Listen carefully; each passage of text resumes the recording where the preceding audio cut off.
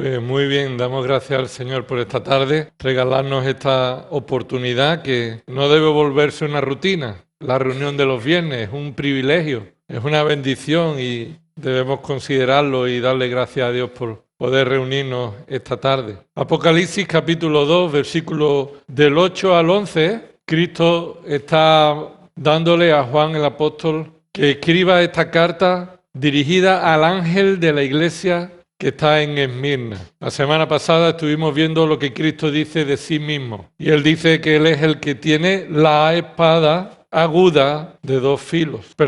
Capítulo 2, versículo del 12 al 17. Capítulo 2, del 12 al 17. Él dice ahí en el versículo 12, escribe al ángel de la iglesia en Pérgamo, el que tiene la espada aguda de dos filos dice esto. Estuvimos viendo cómo el Señor Jesucristo se presenta a sí mismo como aquel que tiene la autoridad y los argumentos definitivos frente a cualquier excusa y frente a cualquier juicio. Él juzga con un justo juicio y con argumentos que son irrevocables, que nadie puede poner excusa a la palabra de Cristo. Y es por medio de la palabra de Cristo que Él vencerá de manera definitiva a sus enemigos. Y lo estuvimos viendo allí en Apocalipsis capítulo 20. Ahora, en esta tarde vamos a ver la segunda parte de esta carta, lo que Cristo conoce de su iglesia. Dice el Señor Jesucristo, versículo 13, después de presentarse. Todas las cartas empiezan de esta forma, con esta estructura. Después de presentarse, les dice lo que sabe de ellos. Versículo 13, yo sé dónde moras,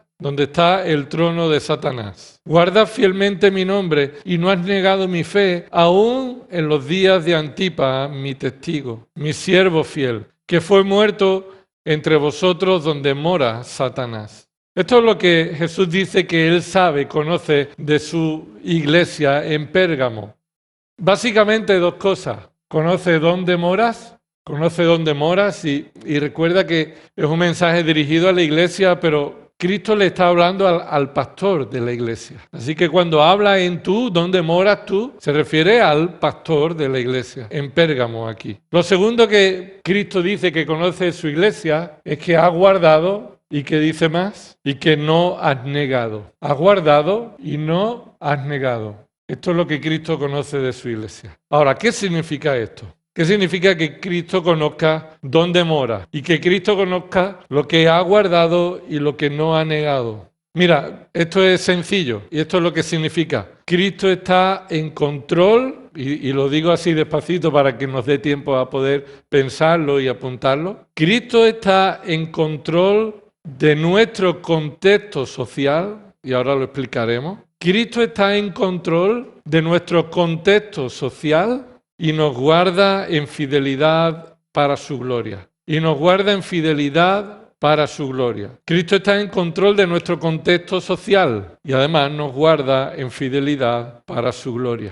Aquí Cristo se dirige al pastor de la iglesia para comunicarle que Él conoce, en primer lugar, dónde vive, ¿verdad? ¿Y esto qué significa? Que sabe cuál es su calle, el bloque y el piso, que sabe que vive en esta ciudad. ¿Es algo simplemente que conoce el lugar físico? Sin duda, esta referencia es sé dónde moras. Y esto significa sé un lugar físico donde tú estás habitando. Pero el énfasis no está tanto en que sé que vives en la ciudad de Pérgamo. El pastor de la iglesia de Pérgamo está viviendo en una ciudad muy peculiar, muy concreta. Y él debe saber, el pastor de esta iglesia debe saber que Cristo tiene un conocimiento del lugar donde él está ejerciendo el ministerio, donde él es creyente. Es decir, el pastor debe saber que Cristo está al control del contexto social que le rodea. Sé dónde mora, es que él tiene un conocimiento profundo, completo, de las características sociales que le rodea al pastor y a esta iglesia.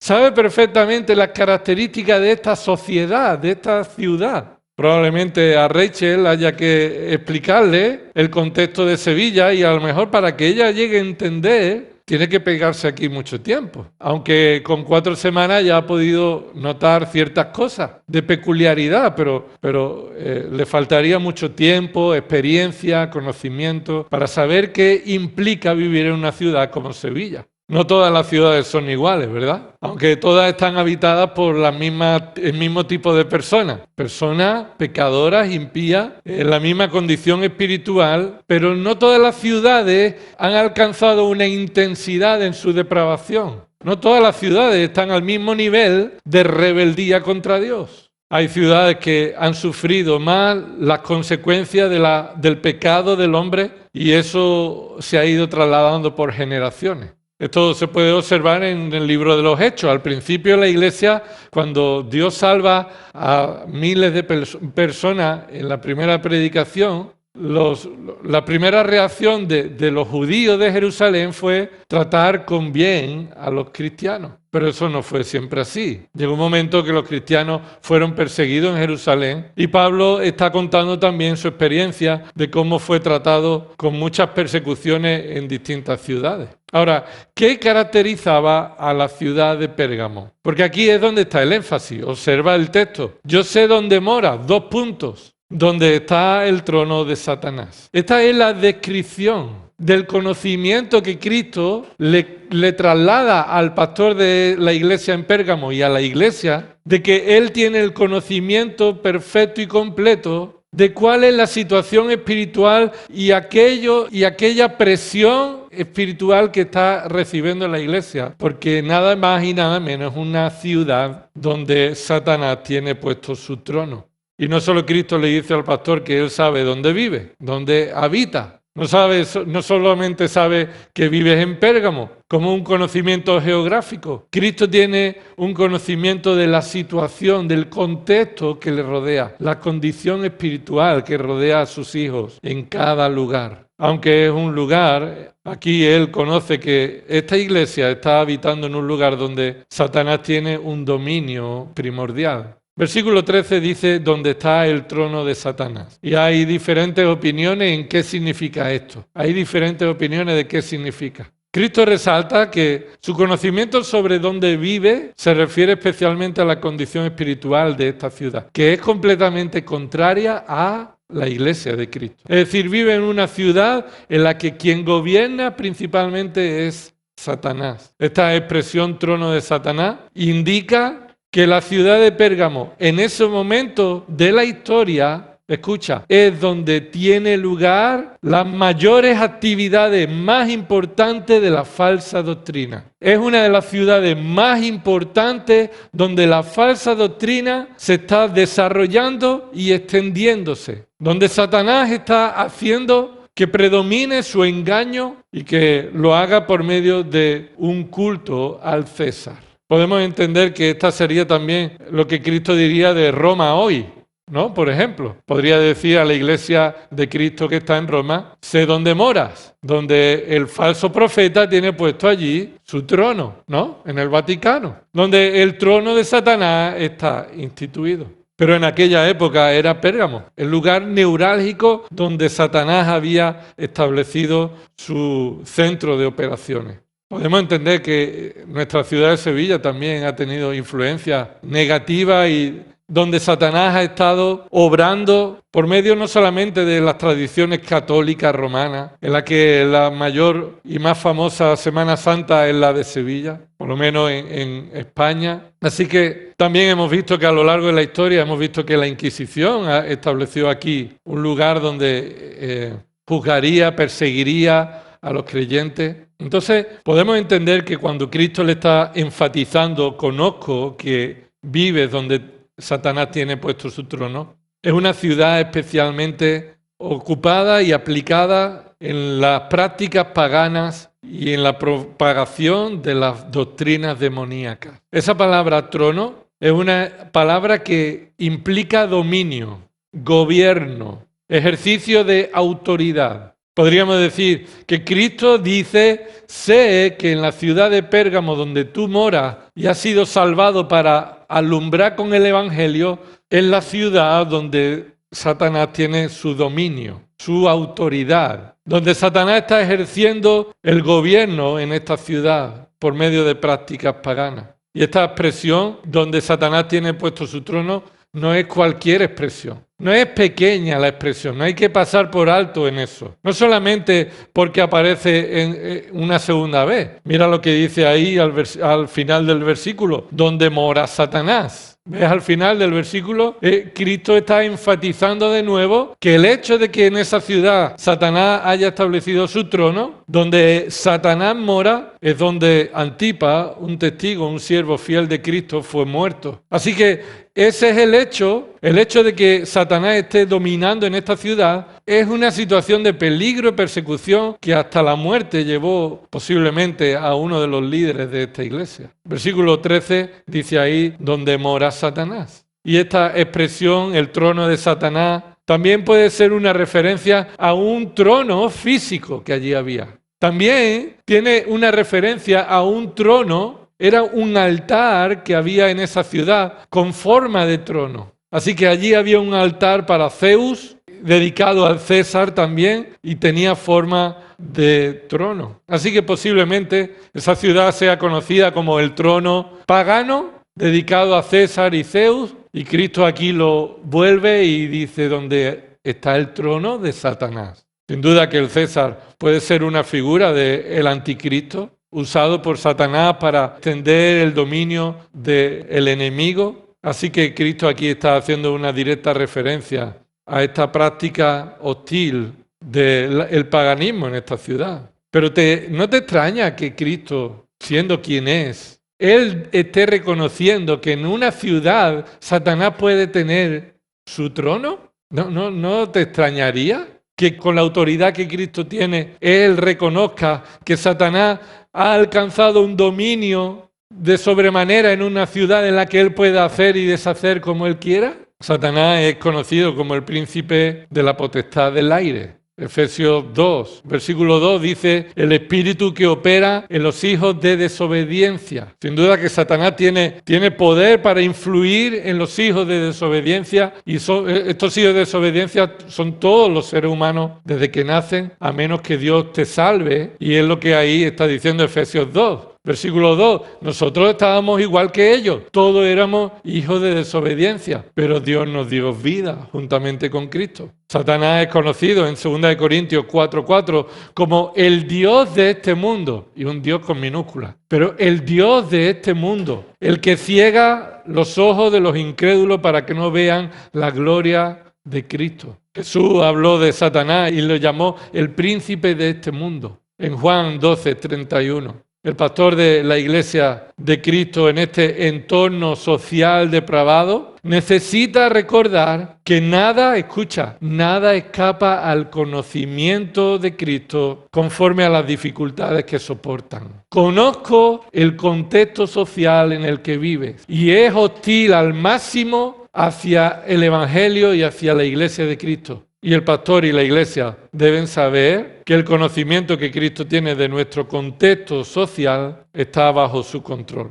No solo conoce las dificultades de esta ciudad, así como aquellos que viven en esta ciudad, sino que también conoce lo que su iglesia está soportando de opresión, de ataques de muchas maneras diarias. Pero el hecho de que Cristo tenga el conocimiento de nuestro contexto social donde moramos, eso implica que Él también tiene el control de ese contexto social. Ahora, la pregunta que podríamos hacernos es, ¿podemos confiar en que Cristo conoce tu contexto social? Es importante recordar y saber que Cristo nos dice, conozco tu contexto social. Conozco la situación en la que vives, procurando ser para la gloria de Dios, siendo testimonio obediente a la palabra de Dios. Y conozco las circunstancias que te rodean y que te oprimen. Conozco las tentaciones a las cuales tú estás expuesto. Conozco las pruebas a las cuales tú estás expuesto. ¿Crees que el Evangelio no es suficiente y el cuidado de Dios sobre ti y sobre la iglesia no es suficiente porque nuestro contexto es más grave que el de otros? ¿Crees que nuestra situación, por ser más difícil que otras ciudades o otros lugares, entonces nosotros podemos poner en duda en algún momento que Dios esté al control del contexto que vivimos? Si observamos detenidamente las cartas, todas tienen una circunstancia de opresión diferente. Todas tienen opresión de los pecadores y de la falsa doctrina de alguna u otra manera. Cada vez la situación en este mundo será peor a medida que la venida de Cristo se acerque. Filosofía, doctrinas de demonios, filosofías construidas en el hombre depravado, están llenando el mundo. Incluso en países con una gran herencia protestante, eso afecta a todas las ciudades y todas las sociedades. Estas ideas diabólicas sobre la creación y la evolución, las ideas diabólicas sobre las diferencias en la sexualidad que Dios ha establecido, la idolatría que domina nuestra ciudad, domina nuestra nación, domina el mundo, pero incluso también cuestiones como el aborto y tantas cosas que el mundo se está extendiendo y a lo malo se le está dando como bueno. Ya no es característica de una ciudad o de un país. Esto ya es global. Y es un error pensar que Dios no conozca tal situación. Y es un ánimo saber que Dios está al control de nuestra circunstancia social, incluidas las votaciones electorales. Dios está al control. Y no es que vaya a salir lo que es agradable a Dios, sino que Dios va a permitir que salga aquello que esta sociedad está buscando y sobre todo cuando está dando la espalda a Dios. Así que podemos confiar que Cristo conoce nuestro contexto social y esto cómo nos afecta. Mira, 2 puntos que veamos aquí. 2 puntos. Primero, si Cristo está al control de nuestro contexto social dominado por Satanás, esto también significa que Él sigue al control soberano. Que Él sigue al control soberano de la tierra. Que Él está permitiendo y dirigiendo todas las situaciones en el mundo para que su perfecto plan suceda. Cristo tiene una espada, como dice en el versículo 12.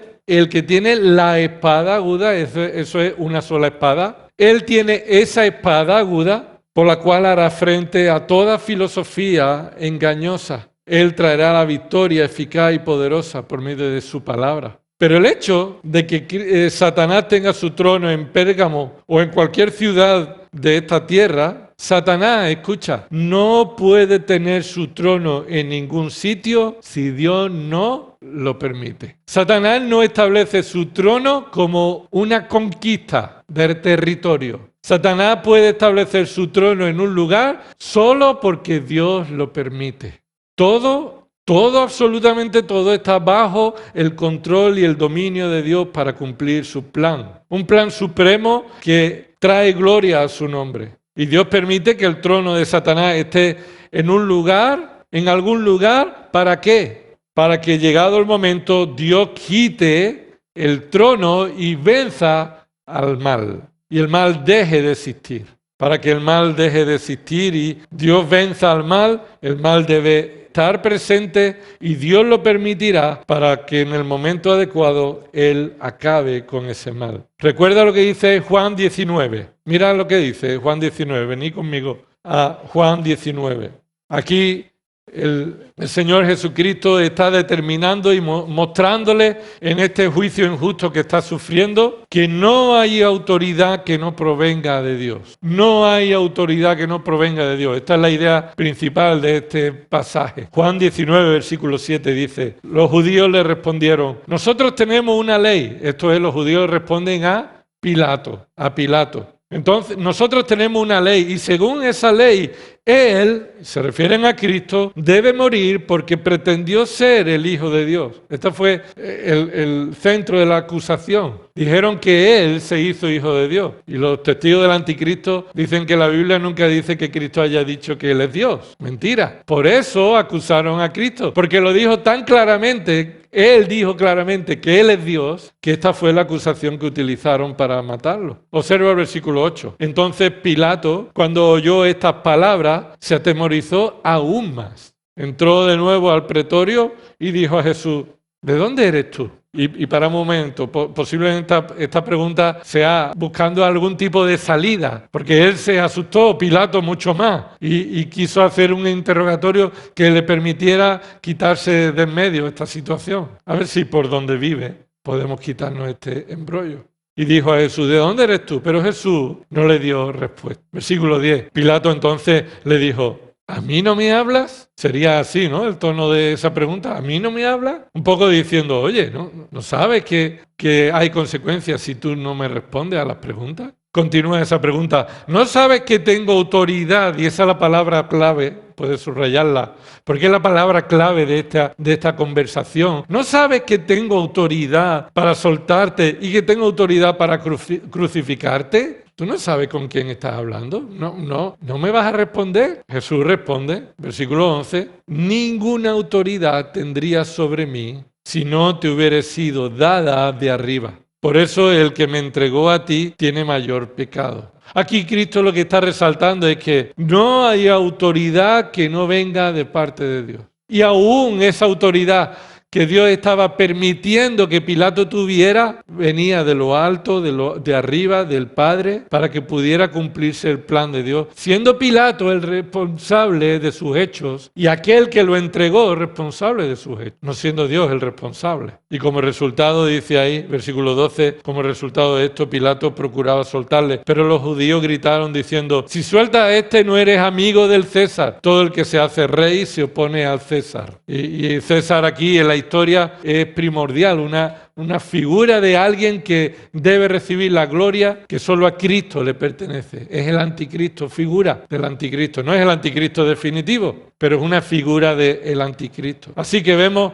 que el hecho de que Satanás tenga un trono en una ciudad, eso no significa que Cristo no tenga el control soberano. El hecho de que Satanás tenga su trono en una ciudad como Sevilla, eso no nos dice a nosotros que aquí Satanás está ganando. Sin duda alguna, no es así. Y la iglesia debe tener claro, y los creyentes debemos de saber que Cristo tiene un control en nuestro contexto social y en la hostilidad que sufrimos sin haber perdido el control soberano. Nunca, sino que Dios lo está permitiendo. Satanás no puede poner su trono a menos que Dios lo permita. Lo segundo que vemos aquí es que ante este contexto social somos llamados y capacitados, escucha, llamados y capacitados, ¿para qué?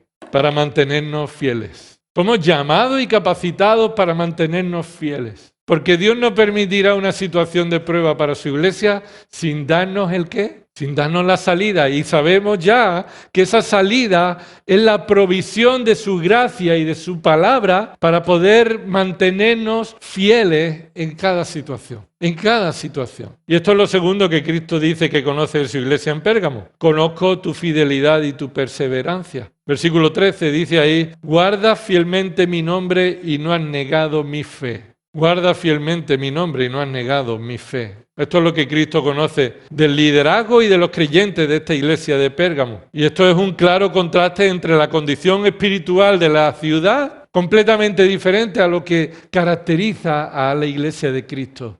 Es que ser creyente en una ciudad como Sevilla es difícil. No es difícil. Para el creyente no es difícil vivir creciendo en fidelidad, porque dependemos de la provisión de la gracia de Dios, que es suficiente. Ahora, eso no significa que no nos vamos a encontrar más dificultades que en otro lugar, pero para nosotros, en dependencia del Señor, esas dificultades somos capacitados para mantenernos en fidelidad. Esto es lo que se espera de la iglesia de Cristo y del liderazgo pastoral de su iglesia. Mantenerse fiel sin negar la fe de Cristo. Mantenerse fiel sin negar la fe de Cristo. Pero escucha, dice, ha guardado, ¿qué dice? Ha guardado, y esto es el verbo guardar, ha guardado, ¿de qué tipo, qué forma? Fielmente, esta es la forma en la que lo ha hecho. Fielmente. Así que ha guardado con toda fidelidad, especialmente, ¿pero qué ha guardado? Mi nombre. ¿Qué significa mi nombre? Significa mi gloria.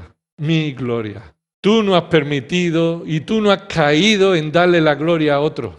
Aunque esta ciudad tiene Satanás su trono y está dándole gloria a todos menos a Cristo, la iglesia de Cristo se guarda fielmente en reconocer que solo Cristo merece la gloria. Él es el Dios hecho hombre, el Hijo de Dios, el único Redentor, el único mediador, el perfecto Salvador, el justo, el perfecto. no ha menguado nuestro reconocimiento de Cristo. Pero observa que también lo que ha dicho, esto es en modo positivo, ¿no? Ha guardado, pero en modo negativo, ¿qué sería? Lo que ha dicho después. ¿No qué? No has negado. Y yo te pregunto, ¿no has negado el qué? Dice mi fe. Esto es mi contenido de la doctrina. La fe ahí se refiere al contenido de la enseñanza, el contenido de la doctrina de Cristo. Mira, la gloria de Cristo está directamente relacionada ¿con qué? Con su doctrina. ¿La doctrina es importante o no? Es esencial, es fundamental. No podemos dar gloria a Dios si no es por medio de su doctrina. Y menospreciamos la doctrina de Cristo, entonces no glorificamos a Dios. Y no la doctrina como la iglesia en Éfeso, que conocía la doctrina, pero ¿qué le faltaba? ¿Qué había abandonado? El amor primordial a Cristo, la motivación real. No una doctrina que te eleva a ti, sino una doctrina que te humilla y exalta a Cristo. Y esto es lo que esta iglesia en Pérgamo se caracteriza. Como Pablo dice que el Evangelio se estaría negando y que se estaría haciendo nula la cruz de Cristo. ¿Cómo se podría negar la fe? Si esta iglesia no ha negado la fe de Cristo, necesitamos preguntarnos, ¿qué significaría negar la fe de Cristo? ¿Cómo nosotros podremos llegar en algún momento a negar la fe de Cristo? Mira, Pablo dice esto, 1 Corintios capítulo 1. Acompáñame, 1 Corintios capítulo 1. Esto es una de las principales formas en la que la palabra de Dios nos dice que nosotros negaríamos o haríamos nula, que es la idea, hacer nula la fe de Cristo, la cruz de Cristo. Mira, dice ahí 1 Corintios 1, 17. Pues Cristo no me envió a bautizar, sino a predicar el Evangelio. ¿Sí? Ahora, Pablo quiere aquí aclarar que la predicación del Evangelio no es cualquier cosa, ni de cualquier forma. La predicación del Evangelio implica una manera adecuada para no hacer que la cruz de Cristo se vuelva vana. Dice ahí, me envió a predicar el Evangelio no con palabras elocuentes. ¿Para qué? Para que no se haga vana, inútil la cruz de Cristo. Observa que hacer que el Evangelio sea inútil, sea ineficaz, es cuando creemos que por medio de nuestra habilidad haremos que sea más eficaz. Cuando creemos que la forma que nosotros hagamos y la habilidad con que nosotros lo hagamos haga que la eficacia del Evangelio sea mayor. Y esto es lo que Pablo está diciendo. Mira, Cristo, versículo 17, envió a Pablo a predicar el Evangelio de una manera concreta. Obsérvalo ahí. Pues Cristo no me envió a bautizar, sino que me envió a predicar el Evangelio no con palabras elocuentes. Es decir, podemos escuchar la voz de Cristo diciéndole a Pablo, Pablo, te envío a predicar el Evangelio, pero no por medio de las palabras elocuentes. Así, expresamente, es como Pablo recibe esta orden. Pablo no predica el Evangelio confiando en su habilidad elocuente, en su capacidad de convencer, en el uso adecuado de sus palabras, en sus ilustraciones, en la forma en la que él lo comunique, la pasión o la emoción que consiga transmitir. Pablo no hizo una clase de predicación para pulir su estilo. Pablo sabía que todo lo que sea enfatizar el estilo y las formas te alejan de la confianza que el poder de Cristo tiene de por sí. El Evangelio de Cristo tiene de por sí. No con estrategia elocuente, palabra elocuente, con habilidad de razonamiento humano, con el uso de las palabras. Eso no puede hacer que el Evangelio sea más aceptado. No porque utilice una estrategia para atraer a personas y ahora allí les presente el Evangelio, pero escondido detrás de un papel de celofán. De tantas y tantas formas que la iglesia puede hacer nulo el Evangelio. Las personas que van a creer el Evangelio serán traídas por Dios. Y nosotros debemos llevarle el Evangelio sin esperar que Dios los traiga a un lugar físico como este. Y esta es la razón por la que oramos y creemos que proclamar el Evangelio por medio de la radio y un medio como la distribución del mensaje de la radio es legítimo. No creemos que sea más eficaz, sino que predicamos el Evangelio tal como es y Dios lo llevará a los corazones que Él quiera llevarlo. Pero no lo escondemos detrás de una programación en la que te hablan de cocina, te hablan de esto, de cultura, de lo otro, y ahora de vez en cuando te ponen un mensajito. No hagamos vana la cruz de Cristo pensando que nuestra estrategia o habilidad hace que sea más creíble, más eficaz, más aceptable.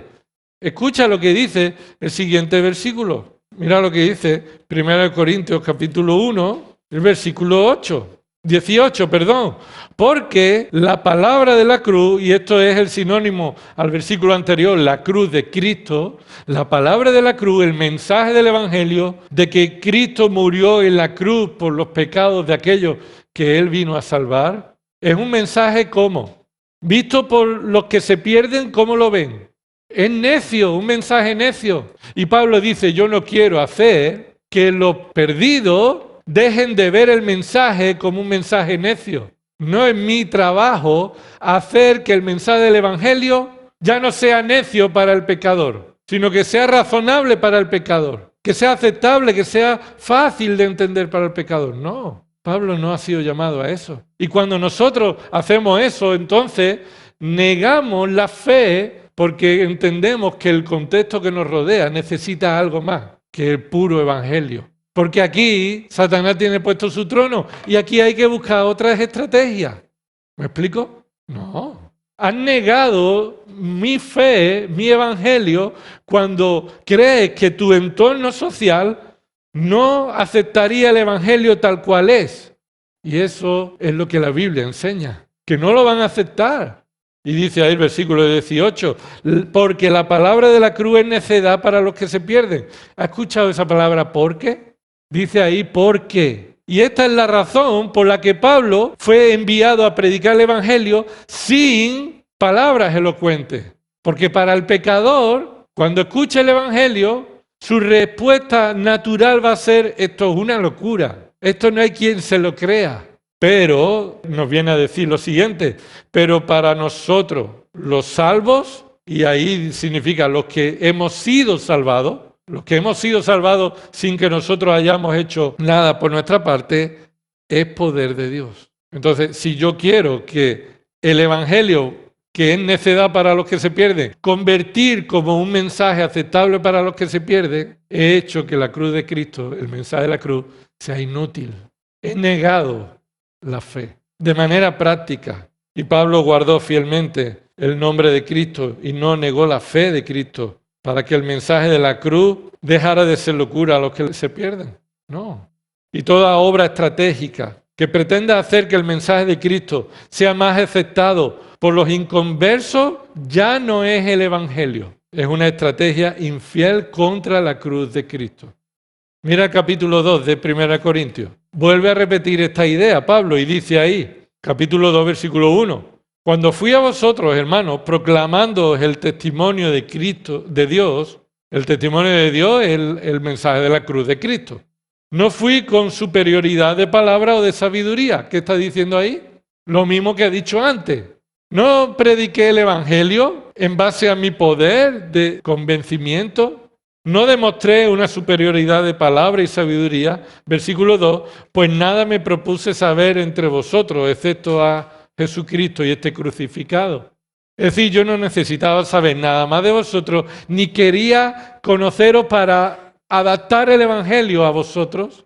Pero yo lo único que quería deciros es, mira, este es Cristo. Versículo 3, y estuve entre vosotros con debilidad y con temor y con mucho temblor.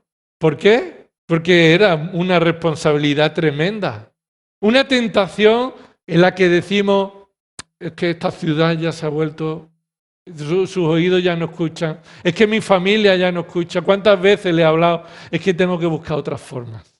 Y este es el temor que debe haber en la iglesia de Dios. No busques otra forma. Versículo 4 dice, y ni mi mensaje, ni mi predicación, escucha dos cosas que hay ahí. ¿Qué es mi mensaje? El contenido. ¿Qué es mi predicación? La forma en la que lo traslado. Entonces, ni el contenido ni la forma, algunas veces hemos escuchado esto, las formas pueden cambiar, ¿verdad? Pero el contenido no. La Biblia dice que ni el contenido ni la forma pueden cambiar. Y ni mi mensaje ni mi predicación fueron con palabras persuasivas de sabiduría, y esto es sabiduría humana, mía, sino que fue con demostración del Espíritu y de poder, para que vuestra fe, escucha que esto es clave, no descanse en la sabiduría de los hombres, sino en el poder de Dios. Y no nos hemos ido del tema. Guardar fielmente el nombre y la gloria de Cristo es no negar la fe, el contenido de la palabra y mantenernos fiel predicando a Cristo muerto y resucitado. Y aquel que tiene la gloria y un día vendrá y establecerá su justicia en esta tierra. Y antes de que Él venga te llama al arrepentimiento, a la reconciliación. Así que arrepiéntete y cree en Cristo como tu Salvador. Ese es el Evangelio. No puedes hacer nada por ti mismo. Solo la justicia de Cristo atribuida a tu favor puede darte la entrada a la gloria de Dios.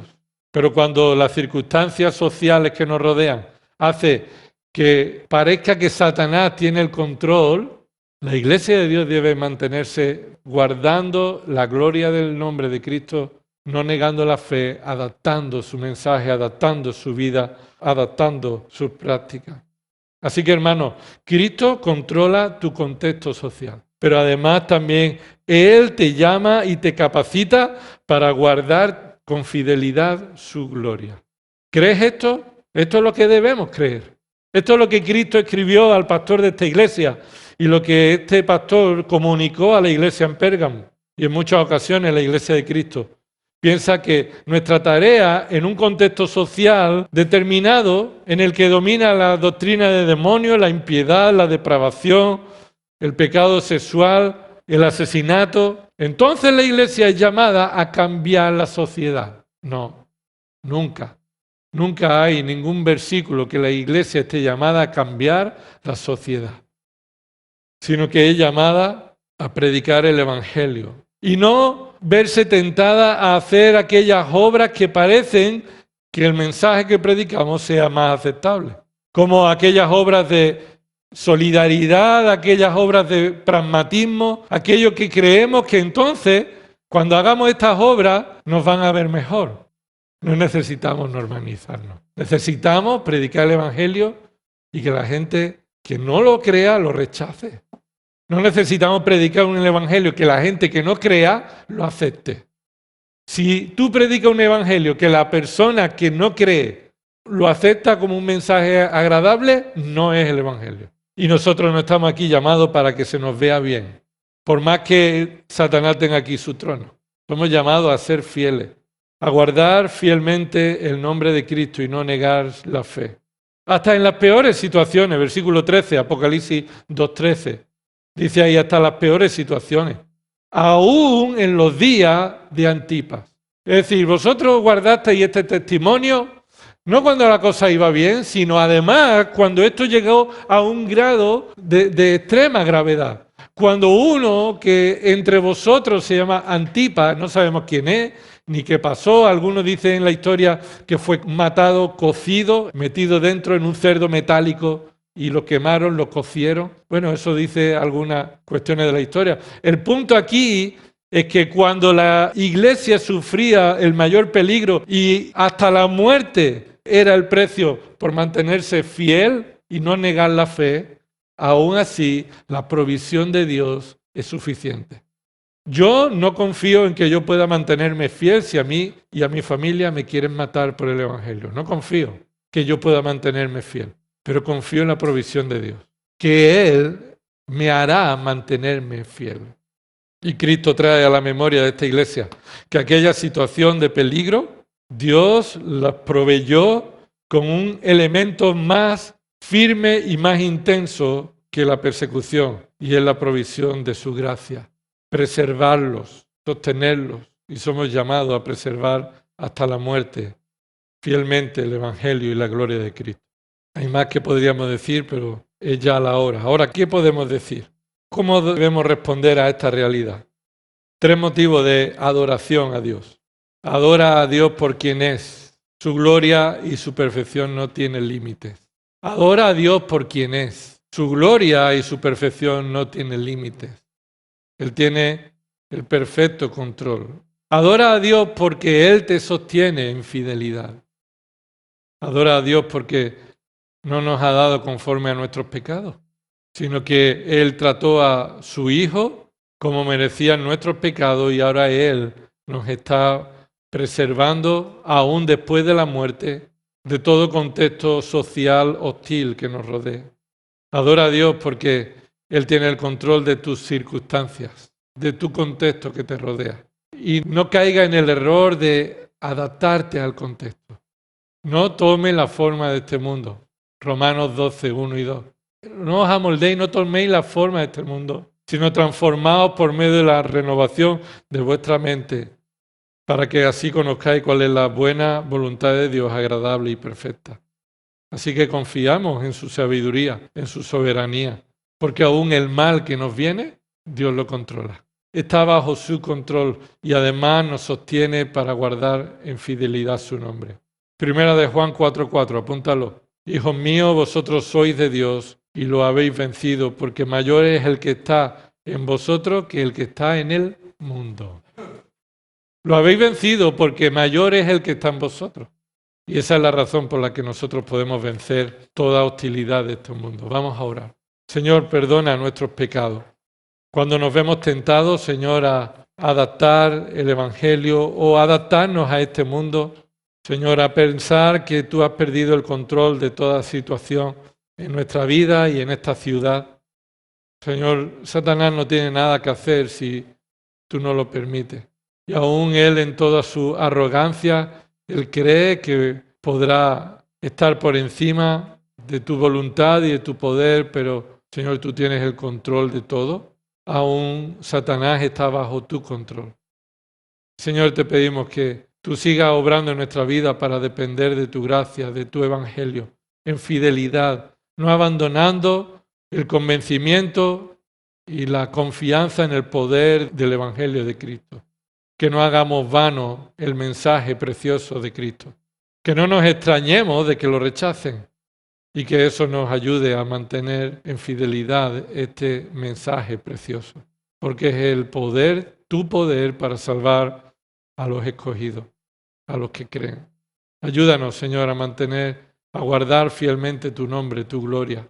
Señor, y perdónanos cuando no lo estamos haciendo. En el nombre de Jesús. Amén.